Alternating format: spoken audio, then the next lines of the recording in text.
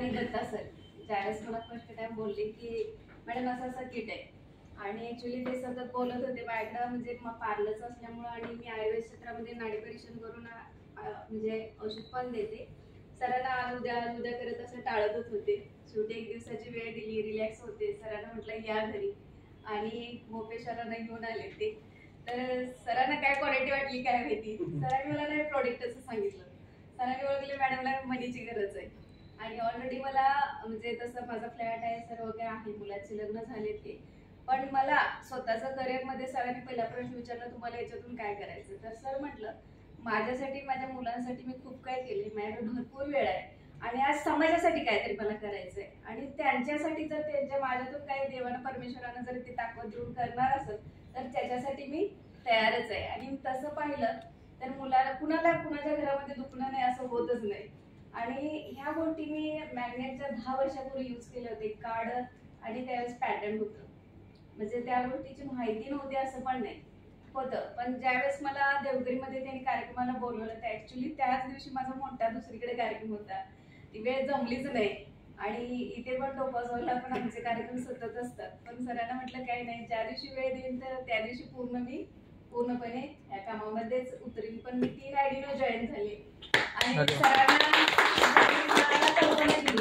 सरांना वाटलं होतं काय सर्वांना की एकतरी मॅडम घेतील की नाही. पण त्यावेळेस मी 3 आयडीचं प्लॅन मला सांगितलं, मी येस म्हटलं, आणि सरांना सांगितलं जस्टच पुढच्या महिन्यात मी 1 लाखाची स्वतःची शॉपिंग घेतली. पूर्ण होऊ द्या.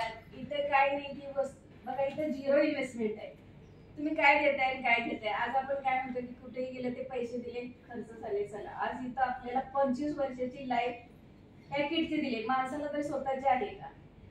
पण एवढा जबरदस्त किट आणि रिझल्ट असताना जर या गोष्टीला जर आपण काय म्हणत असेल, माझ्यासारखी तरी व्यक्ती म्हणते मी सोन्याला व्हॅल्यू देत नाही, अशा काही गरजेच्या गोष्टी आहेत ज्याच्यातून एवढा आपल्याला बेनिफिट मिळत असेल तर जरूर त्या सगळ्या गोष्टी घ्याव्या. आता कालच माझ्या म्हणजे मिस्टरांच्या सख्या मामी आहेत, मला म्हणल्या विद्या मला कंबर दुखते, आणि मला पण वेळच नव्हता. पण मी आपलं सुनबाईला म्हटलं की माझ्या की गौरी तू त्यांना मामीना थोडासा बेल्ट लाव आणि थोडं त्या आजमावतील. तर त्या आज इथे आहेत, तर काल त्यांनी थोडासा बेल्ट लावलेला, तर त्या 2 शब्द तिथेच बसून सांगू देत.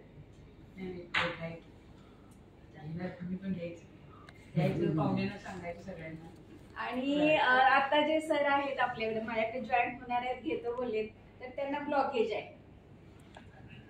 तर ते मला म्हटले की मॅडम मला असा प्रॉब्लेम आहे. सर म्हटलं काही असू द्या, हो का जन्माला आले म्हटलं दुःख सुख ऊन वारा आहे, सूर्य उगवतो मावळतो, आपल्या लाईफ मध्ये पण असंच असतं, दुखणं येणारच आहे. पण त्यावर मात करायचे, लागले म्हणून काय तोडून घ्यायचंय काय, तर तुम्ही घाबरूच नका म्हटलं. सर आज आपला कार्यक्रम आहे म्हटलं चला, तुम्हाला घेतल्याशिवाय मी ते येतच नाही म्हटलं. त्यांनी म्हटले कुठे आहे काय. सर म्हटलं चला तुम्ही चला बरोबर, मी कुठे हॉल वगैरे दाखवते. पण ते आले. बस खूप लोकांची इच्छा होती की अजून लोक यावे, पण ज्याच्या नशिबात आहे ते येणार. वैशिष्ट्य म्हणजे आजचा जो टोपास हॉलचा कार्यक्रम होता, तर सरांना म्हटलं की बघा कोणत्या नाही कोणत्या मुहूर्तातून एक 3:30 मुहूर्तातला हा मुहूर्त आहे, जे येणार त्यांचं लगच असणार आहे. आणि हा आपला कार्यक्रम इथे आज करायचाच, किती पण येऊ द्या आणि काही होऊ द्या.